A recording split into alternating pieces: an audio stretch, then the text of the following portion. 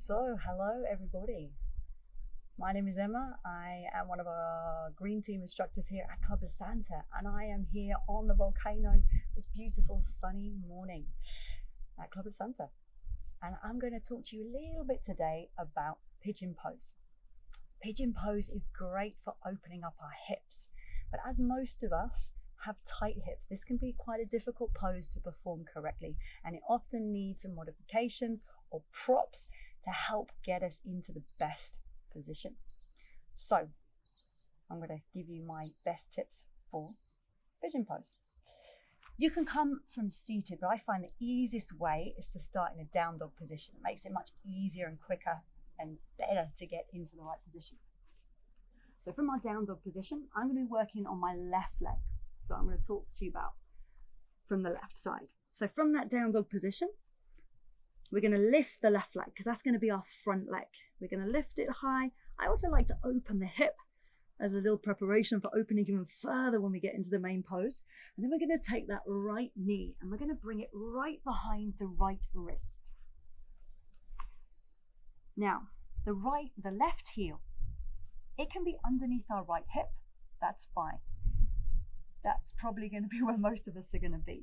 If you're more flexible and open through your hips, that foot can come forwards and it can come all the way to the right wrist. Okay? I'm going to stay with underneath the hip. That's where most of us are going to be, and that's where I'm most comfortable too. Now from here, that back leg, to help get our hips lower, we curl the toes. We lift the knee and then we can slide it back further. You see how that brings the hips down lower. And once you've got that position, you let the knee touch, top of foot and tops of all 5 toes come and touch down on the floor. Now, if your hips are already down on the floor, then this is all you need to know. You're lucky, you're open, you're flexible, you're good to go.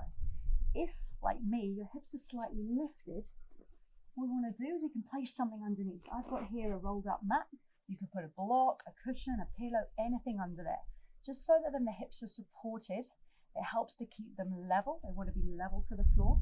And it's also going to help you to relax a little bit more. And that's going to help you to deepen the stretch easier. So this is your leg position. From here, we can do many different things. I'm just going to show you a couple of things we can do. On the fingertips, we lift and lengthen the spine, shoulders back and down, bottom squeeze. So this can be one option, lifted. We could also come forwards, maybe onto the forearms. Maybe this is enough. Again, we want to think about lengthening through the crown of the head so that back is really long, or even reaching out and letting the forehead touch down on the floor. One more option. Now, if you're finding that this position is not working for you, what we can do is we can bring that back leg and we can take it out to the side. And this is another modification you can do.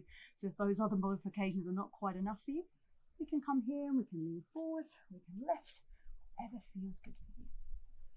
So those are my top tips for Pigeon Pose in yoga.